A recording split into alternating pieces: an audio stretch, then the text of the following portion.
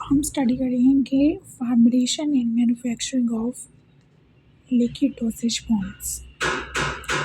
Liquid dosage form जो होती है वो लिक्विड फॉर्म होती है किसी भी डोज की जो केमिकल कंपाउंड से बनती है। Dose of a chemical compound use as a drug और मेडिकेशन, और उसका हम एडमिनिस्ट्रेट भी कर सकते हैं, यानी बॉडी के अंदर लगा भी सकते हैं और कंज्यूम भी कर सकते हैं, मतलब उसको ऑरली भी ले सकते हैं। ये लिक्विड डोसेज फॉर्म की डेफिनेशन है। फार्मूलेशन की बात करें तो लिक्विड डोसेज फॉर्म जनरली इसमें एक एक्टिव ड्रग तो होती है, साथ में इसके एडिटिव्स और एक्सिपिएंट्स भी होते हैं, यानी consist of drug together with varying number of other substances called excipients. Excipients या एडिटिव्स कई तरह के हो सकते हैं, जैसे कि sweetening agents, flavouring agents, colouring agents, viscosity control preservatives और एंटीऑक्सीडेंट्स। जो most common liquid dosage form है वो सिरप है, जिसे ओरल सोल्यूशन भी बोलते हैं। हम देखेंगे कि सिरप की मैन्युफैक्चरिंग कैसे होती है।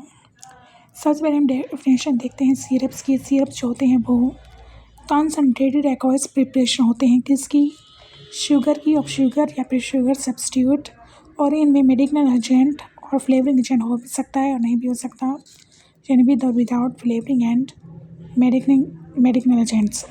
मोस्ट सिरप्स जो हैं वो कंटेन करते हैं flowing components in addition to medicinal agent, जैसे कि सिरप के पास शुगर होता है, प्रिजर्वेटिव्स होते हैं, फ्लेवरिंग एजेंट्स होते हैं, कलरिंग एजेंट्स होते हैं। शुगर सक्रोज होता है या कोई दूसरा शुगर सब्स्टिट्यूट भी हो सकता है जो सिरप को स्वीटनेस भी देता है और विस्कोसिटी भी देता है। इसके अलावा इसमें प्रिजर्वेटिव्स होते हैं, कलरिंग एजेंट्स होते हैं, फ्लेवरिंग एजेंट्स होते हैं और स्पेशल सॉल्वेंट्स भी हो सकते हैं, सोलबिलाइजिंग एजेंट्स भी हो सकते हैं और थिकनर्स भी हो सकते हैं।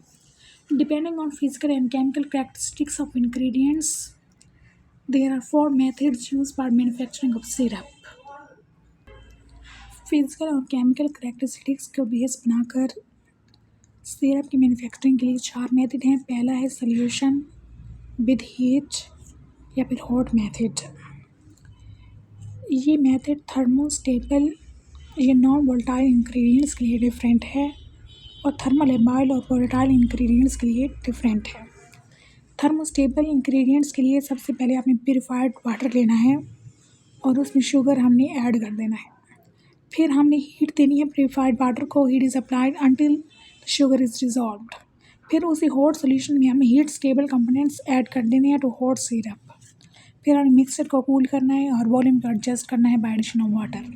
यानी इस मेथड में हमने हीट स्टेबल कंपोनेंट्स को ऐड किया हॉट सोल्यूशन में, लेकिन थर्मोलेबाइल इंग्रेडिएंट्स जो कि वोलेटाइल होते हैं, इसलिए हम हॉट सोल्यूशन में इंग्रेडिएंट्स ऐड नहीं करेंगे बल्कि पहले से कूल कर देंगे। इसमें वहीं शुगर को हमें ऐड करना है वाटर में और शुगर को डिज़ोल्व करना है बाय हीटिंग। फिर मिक्सचर को अलाउड करना है कि वो कूल करे रेपिडली एट रूम टेम्परेचर, क्योंकि हम वोलेटाइल कंपोनेंट्स को हॉट सोल्यूशन में ऐड नहीं कर सकते, इसलिए पहले मिक्सचर को कूल करेंगे एट रूम टेम्परेचर पर और फिर वोलेटाइल और thermolabile ingredients are then added to whole syrup. Next method use होता है वो एजिटेशन। एजिटेशन होता है शेकिंग विदाउट हीटिंग।